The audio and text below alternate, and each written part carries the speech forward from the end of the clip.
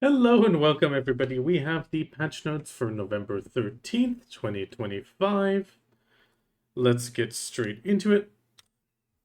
We have some general class changes. So now we have the full translation for effect optimization skills.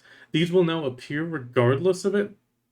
Warriors Takedown, Berserkers Smackdown, Rock Smash and Rooting, Valkyrie's Punishment, Wizard's Flame Knot, Ninja's Death's Descent, Striker's Massive Suppression and Hellbreak, Lan's Soul Raid, Guardian's Chokeslam and Neck Impaler, Hashishin's Constriction, Nova's Punishing Trap, Sage's Seize, and Scholar's Gravity Grip. So I was right, it is pretty much all the grab skills. They've also finally matched the action time for the following while auto-fishing. This is with or without a fishing chair. I did already edit the video. I'll be editing the title a bit later. I had a little guide on this to cut the time down. This is no longer needed. So the final action of reeling in the fish and casting the fishing rod again has finally been unified to the non-chair time, even when fishing with a chair. They also fixed an issue where certain characters could fire the matchlock without reloading via special methods. This was on Ninja. It's been changed so that Ghost Slash only activates after Smoke Screen or Shadow Stomp with LMB is pressed. And according to Shadow Slash, now activates correctly when the input is used after skills. Then we have the big Throne of Edana change. They've changed the rules so that adventurers currently holding the Throne of Edana can now challenge the thrones of other regions. So the current Edana can then choose to challenge another. Adventurers can use another region's Edana's Rising tokens to be selected as a participant according to the 10 Challenger selection rules. If victorious in both the 10 Challenger match and the final showdown against the Edana, the adventurer becomes the Edana. Note, if you use a token from another region, you will be removed from the current throne. It's also changed. They've also changed the requirements so that the current Edana must use their own region's Edana Rising token to participate in the throne defense match. Without using their own region's token, the current Edana cannot participate in the defense match. They've also changed so that adventurers selected as participants via the tokens who do not participate will receive a penalty. This penalty will pretty much lock you out from the Throne of Edana content for 4 cycles, which means pretty much 4 weeks. The penalty will restrict access to both the 10 Challenger and the final Challenger versus Edana matches. The current Edana is exempt from the non-participation penalty. They've also adjusted the selection condition for Edana if no adventurers participate in the final Challenger versus Edana match.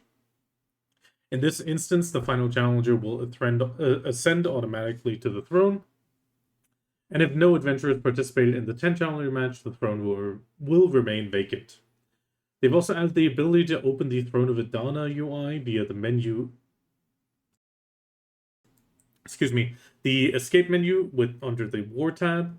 Adventurers can click the flags for each region in the UI's top left to check information, with regions where you've applied for the Throne of Edana marked. Applications can now, pretty much you can now refresh your APDP here without traveling to Edania. They've also improved the world map to allow adventurers to view the previous week's accumulated taxes for the Throne of Edana. The accumulated tax is based on the period from immediately after the previous week's Edana selection to just before the current week's selection. The current Edanas can view real-time tax status just as before. They've also set the NPC. They also set an NPC shop selling price for the Edana Rising token of 30 million, which means if you do not wish to participate, you can just sell it now. You do need to sell it within its 24-hour validity period, and afterwards it will not be able to be sold. So if you get it and you're not interested in the content, just go to the nearest NPC and sell it. They've also improved the description shown when pressing the arrow buttons on the Throne of Edana UI, and they updated the Edana button in the UI to display a visual effect when an Edana applies for another castle's Throne of Edana and becomes a challenger or the final challenger. Then we have a small thing for Arena of Solaire. They've removed the Flower Sunken Swamp from Battlefield due to an issue where using certain skills could move characters to abnormal positions. They've also changed the 90-day titles for the different group channels. Then they've changed the Etheria Star and the Guild Etheria Star as follows. So it has now been activated, the 7-day time limit on both the self-owned for special barter and the guild versions. They've also deleted all the guild versions and granted 10 billion guild funds per item. They've also improved the how to obtain section for Sethra's artifacts, which is the life-skilling artifacts. It will now state how to obtain each of them. You can pretty much check the item itself. And here we can have the full list. If you want to pause on a certain one, do so.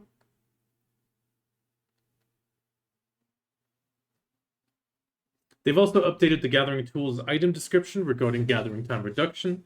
Since the default gathering time -8 seconds effect now applies even when gathering without a tool, they've pretty much changed it from the -11 seconds down to -3, which is what the item actually gives. Effective gathering tool list, pretty much shown here. Pretty much the Dosters, Logias, Magic, Demihar. There should be the Manos ones. Where are they? Yeah, there's the Manos ones. So pretty much every single item now shows its actual time minus the original 8 seconds being removed. Then we have the Barter level 1 trade good update. So we're pretty much getting some changes due to market prices. Trade goods now available for bartering include cactus thorns again, cactus rinds, coconuts, supreme bear hide, fine tough hide, fine thick fur, moss tree plywood, thornwood plywood, tiger meat, and tree bark. And the following will no longer be available, which means you can now pretty much just sell them on the market. Teft flower dough, fortune teller mushroom, rough green crystal, rough obsidian ore, bag of muddy water, rhino meat, flax, rough violet crystal, silkworm cocoon, potato dough, barley dough, rice dough, corn dough, llama hide, rough translucent crystal, rough blue crystal, coal, and tin ore. I'm actually kind of sad about these last two. They've also updated the contents of the Riddle Me Barter support boxes with this. So pretty much if you get new Riddle Me Barter support boxes, they will no longer stack with the current ones. So do open them if you've been collecting them. Otherwise, you'll just use up extra slots.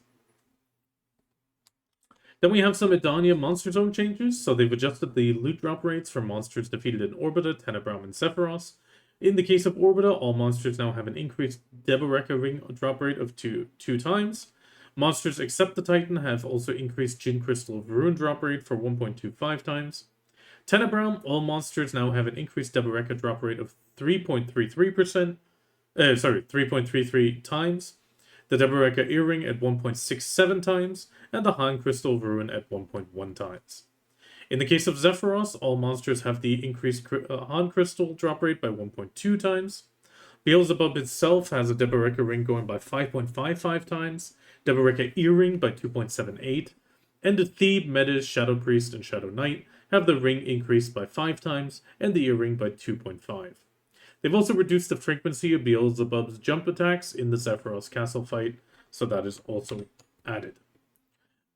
Furthermore, Alan Serban's landscape, or better said, the paints, have also been increased. The drop rate for Road Sulfur Mine goes up by 1.45 times, Dekia Road Sulfur by 1.15, Pilaku following the same pattern, Akhman going up by 1.4, the Dekia by 1.15 again, History of Runes going up by 1.35, Dekia History by 1.2, Sakraya Underwater Runes upper by 1.14, the Abyssal by 1.3, Panics by 1.2, Ash by 1.3, Dekia 1 Ash 1.2, and Dekia 2 Ash by 1.35. Crypt of Resting Thoughts by 4, Olin's Valley by 1.1, Dekia 1 Olins by 1.15, and Dekia 2 Olins by 1.2. Finally, we have City of the Dead going up by 1.15, Tungrat by 1.2, and Darkseeker's Retreat by 1.4 times. Bamboo Legion Lieutenant Calamities 8 to 10. They've also increased the combat area at the spawn location of the Bamboo Legion Spearmen, Archers, and Swordsmen by 75%, allowing them to chase enemies further. Then we have the Tigris Island Trade Manager, Perugia, has moved to a quieter spot on the island. As the area has become increasingly crowded with fishers, this is nice to get rid of all those boats at the one side. So pretty much the Barterer is now on the opposite end of the island. They've also shortened the cutscene of the Bamboo Legion's lieutenant's entrance in the Black Shrine solo. Then we have a small mount change. They've reduced the teleport to player distance for mounts, which includes horses, camels, donkeys, and baby elephants when called by 20%, so they now appear closer to the adventurer. Mounts now teleport to a closer distance than before is pretty much what this means. Then they've made some changes to the all-in-one preset window. They fixed an issue where the locked presets were still displayed. For example, if you had 5 pet groups unlocked, only group 1 to 5 will appear now instead of the full list. They've also added a portrait on the left side that reflects your current class. Of course, it's a Dracania. They do love her, even though they don't show it in the buffs. Then we have the added icons also next to the preset titles to show the preset's type. So pretty much making it a bit more visual next to just text-based. Then we have some small web fixes. They fixed an issue where accessing the account information page while not logged in on the official website redirected to the Pearl Abyss game introduction page. They also improved the account deletion request completion page and the completion notification email and the removed scheduled deletion dates section. Modifications and changes, we have some fixes on Ranger's Gloamwalker armor. They also fixed some issue where primordial fragments weren't added to the inventory after pressing receive a reward for the Orbit of Subjugation 2. They fixed the issue where the My Attendant's appearance item description was shown as a regular item description. Fixed some more issues where repeating an alchemy recipe that failed due to insufficient mastery could in rare cases yield byproducts. They fixed an issue where the skills list scroll kept returning to the top when checked in the harnessed horse list while riding a wagon. They improved the auto run on Lurar Island to use the cave path when heading outside. They've improved Nymphomaria's Castle weekly boss to Rusalka so that Rusalka's eyes no longer face an unnatural direction. Fixed an issue with the description for the total gain chance at the bottom right of the horse growth info window wouldn't appear when hovering with the mouse or using pad snapping. They also fixed an issue with the auto run near Central Command HQ caused characters to get stuck on the door. Hopefully this is the exact door that I think it is in Soul. They fixed an issue where some characters' quests recurring showed incorrect quest names. Fixed issues where hovering over the Throne of Zephyros icon would display Karshin's texture. They fixed an issue where the chat message displayed when Edana used an Edana's Rising token on their castle appeared awkward. Fixed an issue where the crafting materials for Dragon's Tears in the following quest was incorrectly listed as 10 magical shards instead of 4. They also changed Arenda's dialogue during Youthful Blue to reference Rough Blue Crystal instead of Blue Crystal. They fixed an issue with some knowledge for Sun's Revenge 1 from Ab Aziz's diary, preventing the knowledge Sun's Revenge 2. They fixed an issue where reusing Edana's Rising token after it had already been used displayed a dash instead of the correct guide. They fixed the issue on the enhancement UI that wouldn't hide when struck, even when the hide UI when struck was enabled. They've adjusted the position of the current enhancement chance in that window. They fixed an issue with the stat display setting button on the Monster Zone info UI didn't work. Fixed the issue on material counts in all workshops not being truncated. Okay, we're very much getting a text truncation fix here again. Then they have a few gamepad mode fixes with, again, text fixes. Other highlights were pretty much Arena Solaire. They fixed an issue where pre-crossplay records were not included in history. They changed the system so that summoning my attendant to the same location as another adventurer no longer pushes the other adventurer away. Then some more text changes. And Arena of Solaire, they fixed an issue where matches in Naftak Outpost would start outside the Dark Fog when beginning from certain locations before the match started. And Arena of Solaire, they fixed an issue where the adventurers could start matches on top of certain structures before the match began in Kermelin Wilds. Otherwise, there's another small thing. They fixed an issue where long Node War Annex names were truncated again. This might be relevant for the Node War players, but otherwise it is mostly text fixes. It's really great to see them be on top of that now. With that, we're going straight into the events. Harvest Sale up to 90% off. If you have a friend who's been looking to get into BDO and do it cheap or almost free, now is the time. We have the standard bundles the standard bundle be 90% off for $1 again.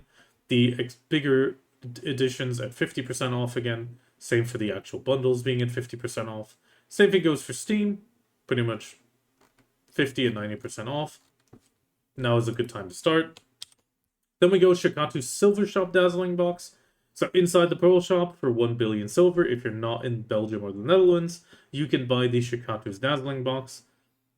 Going through this, because it's now finally hit the Pearl Shop, we actually get the random chance and probabilities list. Going into that, you're most likely at 99% going to get the Shakatu's Dazzling Adventure Box, and in that box you have a 51.565% chance to get 350 crowns. Otherwise, you have some things that are a bit lower, Sturdy Forest Thread being at 4% and such. At the same time, if you manage to get the 350 crons, it is a tiny net profit of 50 mil a box. So if you want to RNG gamble it, it's not too bad. Then again, the 100,000 crons, definitely pretty low at 0.05. Sorry, 0.005. But if you do manage to get the 1% probability, then you just got to get a 1% on a 1%, and you're already a lot higher up.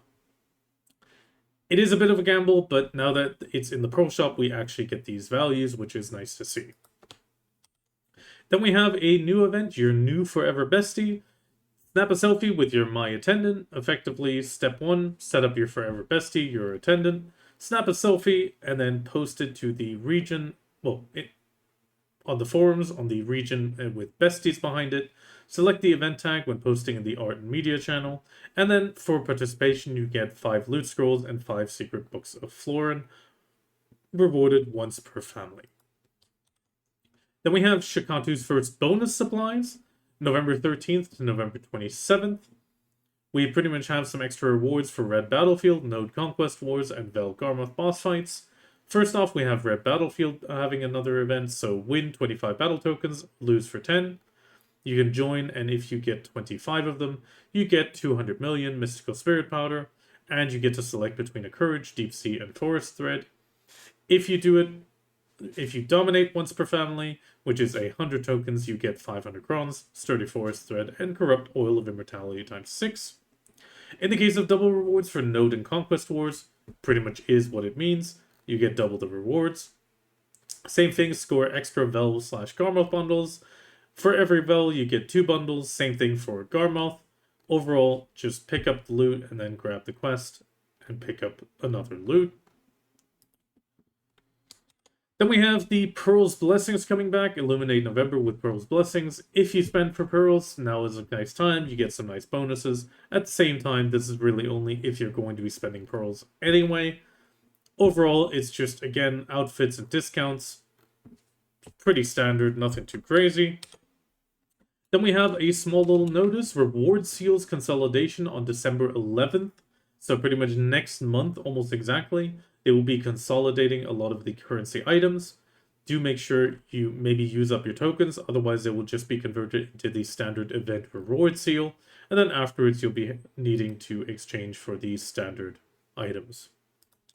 And the other big notice, we have the Calpheon Ball 2025 being announced with a picture of Margaret, or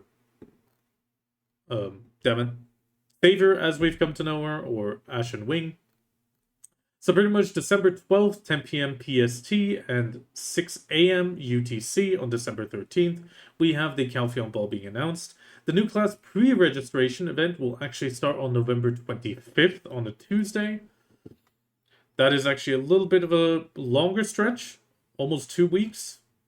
Well, not quite, but almost. Definitely quite a long pre-registration. Kind of curious if we get to play any of that pre-registration or if we really gotta wait for the Saturday. And if we're going to actually get the Saturday release or if it will actually push to the next patch. But we'll see the details about that. And then with that, we're finally in the Pearl Shop update. Obviously, we have a bit of a celebrate with pearls for Black Friday. It is nothing too special. 30k A coin is 30k pearls, no doubles. You just get extra discount coupons and loyalties pretty much across all pearl boxes. Just same amount of pearls as you normally get with a discount coupon and extra loyalties. Nothing too crazy. We have a November adventure support. This is kind of important because it does include a few items, including a crystal restore. However, there's also the note that with the addition of the monthly adventure support pack, the monthly adventure box will be taken down on November 27th. That is a bit of an important note. Then we have one time per family for 75% off a 7-day Blessing of Old Moon pack, which includes the value pack. This is a really cheap 7-day value pack if you need one. Combat support pack for 2,500 loyalties. This is from November 13th to December 4th. You can purchase this once, which includes 5 landscape paints. These should reset as well on the new year. Then we have the life support pack. Again, 2,500 loyalties for some life skill bonuses. Black Friday advice of Valks, 74%, 71, and 70% off loyalty point wise for 250, 200, and 180, purchasable once per family. Then we have some Black Friday special premium packs, 5 times, 80% off. Resplendent Adventure Support Pack, 60% off. Then we have the return of the Title Treasure Chests till December 4th, pretty much the RNG boxes. These are not available in Belgium or Netherlands, so don't worry too much about it. You get your briny blue badges again. To be honest, I would skip these. It just doesn't feel worth it. Sure, you might get lucky or see some YouTubers get lucky. At the same time, it's gambling. Then we have the special items, Blessing of Old Moon Pack, 180 days. This is one that a lot of people are always waiting for. 50% off for a half year, pretty much value pack. In this case, it's half a year of value pack with Camisylvia and Old Moon all together in one pack. But if that is not your thing, you can get 40% off the 180-day value pack itself, 50% off the Blessing of Camisylvia, and the 50% off the Secret Book of Old Moon separately. If you do not fancy to get Blessing of Camisylvia in one pack. Then we also have a Pentamade box for 50% off. Fantastic Young Dragon Surprise, again an RNG Dragon box, 25% off, not available in Belgium and Netherlands. Triple Gothsy pack is back at 40% off. We have a backpack bundle for 50 slots, 40% off. 100 slots for 50% off. Then we have the continuation of the GM's Pick Black Desert Styles, running till November 27th. This time it's Ranger, Archer, Dark Knight, Shy. Then we also have general categories on sale. This is quite a surprise to add this much on top of everything. We have 30% off the weight category, 30% off the inventory category, 20% off the Naftar campsite directly, and 20% off Nader's Parchment. And then finally, we have the extra note for the silver box for 1 billion silver. Like I mentioned, if you manage to get the 350 crowns, you are looking at a tiny, tiny profit per box. If you get the bigger one, then obviously you'll get more money out of it. It's up to you if you want to gamble. If you're in Belgium or Netherlands, you can't. In the end, it's 10 purchases a week, so you're looking at an investment of 10 bill, and we'll see how that goes. I wish you the absolute best of luck. May everybody that wants it get the 100,000 crowns, but do remember it's a 1% on a 1%. And with that, I wish you the absolute best of luck, and I'll see you around.